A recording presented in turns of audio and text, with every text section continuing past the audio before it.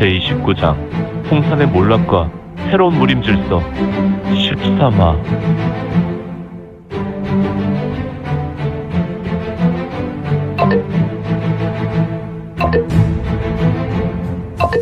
구독과 좋아요, 알림 설정 부탁드립니다. 제29장 홍산의 몰락과 새로운 무림질서 13화. 대도에서 상도로 가는 길목에 온통 붉은색의 홍산이 있었다. 엄밀히 따지면 아직 이곳은 명나라가 아니라 원나라 영토였다.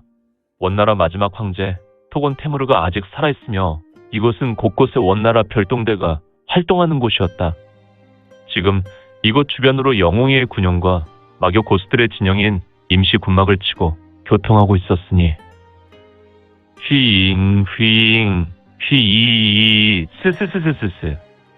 거센 바람이 광야와 같은 이곳에 한방눈과 함께 휘몰아쳤고 대지에는 온통 하얀색이었으며 바람에 의해 쌓인 눈은 이리저리 휘날렸다.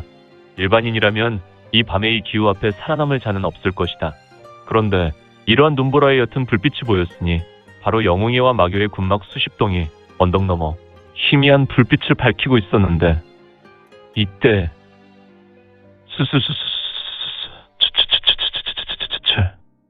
언덕과도 같은 눈밭에 황금색 선이 문으로 형상화하여 황금빛 문이 나타났는데 이 황금빛 문에서 걸어 나오고 있는 자가 있었으니 바로 인중지령의 신형을 가진 이건이었다. 뽀드득 이거는 뒷짐을 지고 천천히 걸어 나왔으며 그의 모습은 황금빛 문의 빛으로 인해 마치 천신장과도 같은 위엄과 신비한 모습이었다. 후후후후. 드디어 돌고 돌아서 이곳까지 왔구나. 우리 동방 제국의 시작이 있었던 홍산. 원래부터 이곳 홍산은 거룩한 연기가 머문 곳이었으나 선과 악이 함께 존재했으니 거룩한 성기는 반도로 내려갔으며 궁극의 악기는 바로 이곳 자리를 잡고 오랜 세월 중원의 폭광성이란 마물들을 양산하여 악으로 사람들을 강제했으니 이제는 마무리할 때가 되었구나.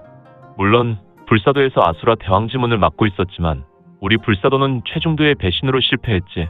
결국 불사도의 아수라 대왕지문을 통하여 나온 궁극의 악기들이 이곳 홍산 유물과 만나 이 땅의 폭광성이란 마물들을 만들어 방자히 행동하였으니 이제 마무리한다. 나 동방 제국의 후예 이건의 불사원으로 말이다. 후후후후. 휘잉이 스스스스스. 바람은 더욱더 거세게 불어왔으며 이건의 머리칼과 그의 가벼운 옷차림, 언제나 그가 입었던 흙의 무복을 거세게 부딪혀 나갔다. 펄럭. 후후후후.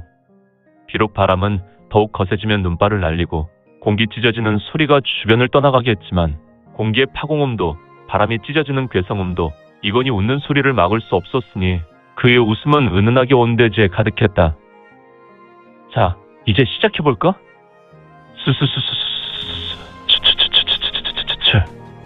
이거는 호련히 사라졌고 그가 있었던 자리에는 한 줄기의 성기가 피어올랐으며 이도 눈바람이 불어와 이건의 흔적을 날려보냈으며 홍산 영웅의 마교의 공동 군영의 대장 군막. 군막은 다소 조금 어두웠으며 세 사람이 탁자에 앉아 담소를 나누고 있었다. 이들은 가운데 의자를 비워둔 채 좌우 맞은편에 앉아 대화를 나누고 있었는데 좌측에 앉은 사람은 바로 영웅의 부해주 왕정철과 총순찰 당주 모호였다. 맞은편에 앉아 있었던 인물은 종전에는 마교의 대참마가 소가주였던 인물로 현재는 이건의 도움으로 마교의 교주가 된 류광혁이었다. 두 사람은 조금 소박한 흑의 무복을 입고 있었으며 마교 교주 류광혁은 화려한 황금경장을 입고 있었으니 복장으로 보아도 류광혁은 매우 위엄있는 마교의 교주로 보였으니 후후 후루룩 꼴까 희야. 역시 추운 겨울밤에는 가베가 최고입니다. 부해주. 후후후후. 그렇게 좋으시오? 영웅의 총순찰 당주님. 아, 왜 아닙니까? 교주님. 교주께서 회족을 통하여 비주에서 가져오신 이 가베는 최고입니다. 제가 영웅의 회주님께 얻어먹은 것도 있었으나 교주께서 베풀어 주신 이 차는 더욱 좋은 것 같습니다. 후후후후. 순찰 당주는 그런 말씀하시면 회주께서 좋아하시지 않으실 것 같은데요. 헤헤헤. 부회주님, 뭐 어떻습니까? 지금 회주께서는 아니 계시는데 말입니다. 사회생활이 다 그렇지 않습니까? 물론 제 앞에 계시면 회주께서 주셨던 가배가 최고가 되는 것이지요. 하지만 지금은 안 계시니 교주께서 가지고 온 가배가 최고라 해도 무방하죠. 모호는 조금 익살스러운 얼굴을 하며 두 사람 앞에 미소를 짓고 말한다. 그렇다면 총순찰께서 혹시 제가 없을 때는 다른 분의 가배를 칭찬하는 것은 아닌지요? 헤헤헤, 그럴 리가 있습니까? 가배는 아무나 구할 수 있는 물건이 아니기 때문에 설사 회주께서 다른 것을 가지고 오신다고 하여도 저는 교주의 가배를 더욱 선호할 것입니다. 이때 군막 호롱불이 흔들거렸으며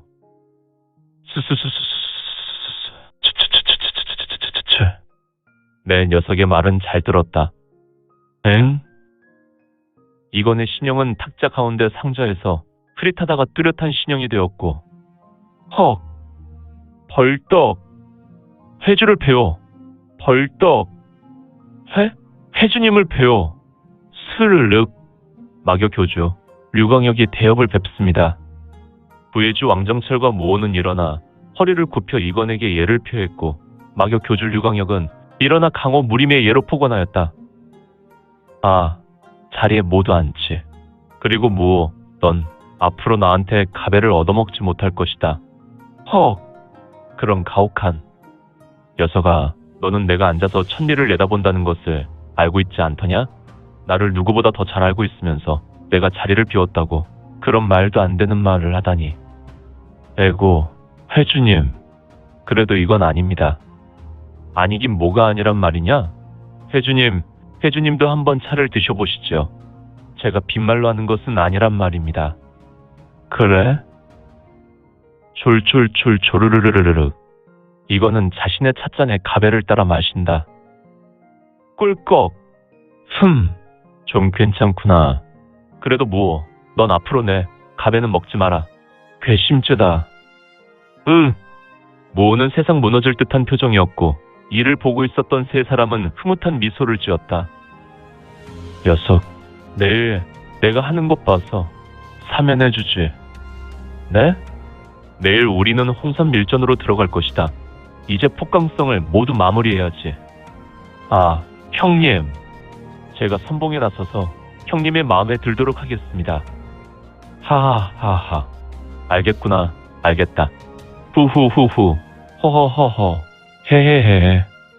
이건의 말에 사람들은 웃었고 사람들의 웃음에 비로소 무호 또한 해맑은 얼굴을 하며 웃었으니 이제 내 여정이 거의 끝나가는 것 같군. 이건의 말에 세 사람은 이건을 주목했다.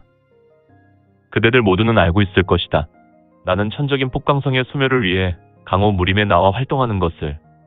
나는 이번 홍산만마전이 마지막이라 생각한다. 이미 강호 무림은 비록 5대 세가가 건재하다고 하나 지금 구파일방은 모두 이지러졌으며 사파 모임은 폭강성이 주도하다. 이들도 뿌리가 거덜났지. 그렇죠. 이건의 말에 영웅의 부혜주 왕정철은 무겁게 말한다. 그래서 저희가 오지 않았습니까? 이거는 마교 교주 류광혁이 얼굴을 보며 짙은 미소를 지었다. 그렇지 교주. 내 요청에 부응해줘서 고맙군. 아닙니다. 대엽. 저희 마교는 대엽의 은혜를 잊지 않고 있습니다. 아니야. 그대가 오지 않았다면 나는 이번 결정이 조금 어렵고 홍산을 해결하는 것에 오랜 시간이 걸리는 일이 될 뻔했어. 네. 그렇게 보신다면 감사드립니다. 대엽. 그래서 말인데. 네. 이거는 탁자 의자를 탁자로 좀 더 가까이 가져갔으며 사람들은 이건에게 고개를 깊숙이 가져와 집중했다. 사실 별다른 것은 없어. 그냥 내가 먼저 들어가 초장에 저들의 기관을 모두 박살내고 마교는 외곽에서 지원하여 홍산 내전으로 접근하면 될 것 같고 영웅에는 내가 들어간 후 일각 후에 내전 만마전으로 들어오면 되겠지. 사실 홍산 내전에는 많은 인물이 없어. 하지만 일왕, 이마, 삼계, 아니지 이미 흑암 삼계는 죽었으니 일왕, 이마, 사적, 오사가 있지. 단 12명을 해결하면 된다. 회주님, 고작 12명입니까? 후후후후. 잘 들어라. 오사 중 하나가 무호와 싸움을 벌인다면 500여 초 대등하게 싸우다가 무호 내가 1초 반씩 차로 낭패당하게 될 것이다. 물론 내가 소림의 자랑인 연대고품을 펼친다면 위기를 모면하겠지만 말이야. 그러니 최소 오사를 상대하려면 너와 같은 고수 6에서 7명은 동원되어야 한다. 이건의 말을 들었던 이들은 모두 하나같이 대경했다. 이런 모우 동생은 소림사의 이대 신승으로 그는 이미 생사경을 넘어 현경의 벽에 놓인 무인이 아닌가. 이런 말이 되는가. 무림 단일 조직으로 무림 9대 문파의 장문인이나 그들을 뛰어넘을 실력이라니. 정철아, 중원 무공의 시작은 사실 홍산이었다. 그러니 그들의 무공이 뛰어나다는 것은 당연하지. 네? 무슨 말씀이십니까? 홍산에서 중원 무공의 시작이라니요. 그것을 모두 설명하는 것은 날이 다새도 너에게 이야기해도 모자란다. 그러니 나중에 북해로 놀러오면 천천히 이야기해주마. 홍산은 중원과 동방제국으로 갈라지는 갈림길에 선 중요한 길목이었지. 그 정도로 정리하고 우선 무엇뿐 아니라 영웅의 고수가 나서더라도 그 12명을 해결하는 것은 넘을 수 없는 넘사벽이다. 그러므로 최소 영웅의 본공인 천이살, 청당살급의 무인이 주도하여 무리를 이루고 30명씩 나서야 한다. 허허허허, 대엽. 그렇다면 마교의 12 전투 부대들도 버거운 것이 아닙니까? 교주는 걱정하지 마라. 일단 외곽에 있는 녀석들이 숙련고에 중독된 무림 고수들이라 해도 마교 법수리는 혼돈마라밀법을 펼칠 수 있는 교법사들을 우선 투입하면 녀석들은 맥을 추지 못할 것인데, 이때 12 전투부대 모두를 투입한다면 능히 반나절이면 모두 해결할 수 있을 것이다. 그런데 교주는 부대원들에게 절대로 자비란 단어를 떠올리지 말라고 하는 것이 좋아. 녀석들은 이미 인간이 아닌 숙련고의 숙주들이라 이성이 없거든. 자칫 망설이게 되면 오히려 생명을 잃을 것이다.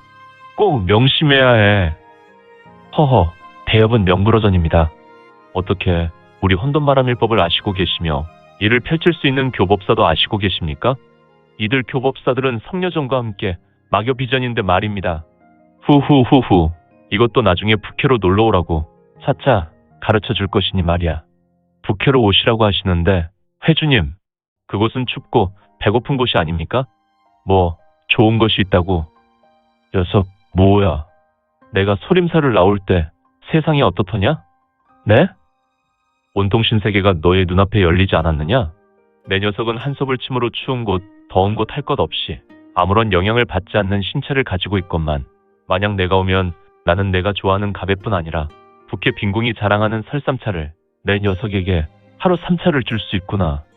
에이, 회주님도 본인의 일이 이제 마무리되면 빈궁으로 들어가 나오려 하지 않으시려고 이 동생 무호에게 농담도 100년 설삼은 하늘이 내린 영약으로 일반인이 먹으면 죽어가던 사람이 자리를 털고 일어나고 앞으로 무병장수할 희대의 보약이 아닙니까? 그리고 무리민이 복용하면 능히 20년 내공이 증진되는. 말도 안 됩니다.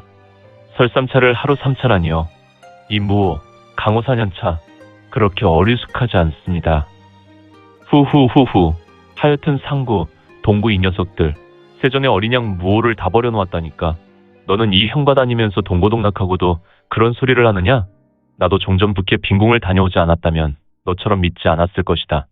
하지만 우리 중원에서 자취를 감춘 설인이 북해 빈궁에서 수호자로 지천으로 널린 설삼을 매일같이 간식으로 먹는 모습을 보았구나. 헉, 정말이옵니까? 그래. 이건의 말에 무호와 정철은 탐욕의 눈빛으로 물들었고, 녀석들, 지금은 설삼이 중요한 것이 아니야. 우선 이 홍산만마전을 해결해야지. 네, 맞습니다. 당연하죠. 왕정철과 무호의 두 눈에서 생기가 북돋으며 일어났고 이들은 뜬 모를 미소로 입이 귀에 걸렸다. 이번 기회에 형님께 반드시 눈에 들어서 꼭 북해 빈궁으로 가야 한다. 그곳에서 생사경의 벽을 뚫어내어 현경 고수가 되리라. 매번 무호에게 내가 공부에 공력이 딸려서 연 팔렸는데 반드시 폭강성을 멸하고 형님과 동행해서 북해 빈궁의 설삼들을 죄다 독식하리라. 두 사람의 두 눈에서 강력한 안광이 터져나왔고 이를 본 이건과 마교 교주 류광혁은 흐뭇한 미소를 지었다. 이들은 반시진 동안 홍산 점령에 대한 세부 계획을 나눴고 이제 대망의 격전의 날은 서서히 밝아오고 있었으며 영웅의 마교 연합대장 군막의 불빛은 꺼질지 몰랐으니. 오늘 준비한 내용은 여기까지입니다. 앞으로 우리 민지원에 매거지는 신무협 소설과 더 많은 부동산 정보를 같이 공유하고자 합니다. 계속해서 많은 성원 부탁드립니다. 그러면 오늘도 세상에서 최고로 멋진 하루 되세요.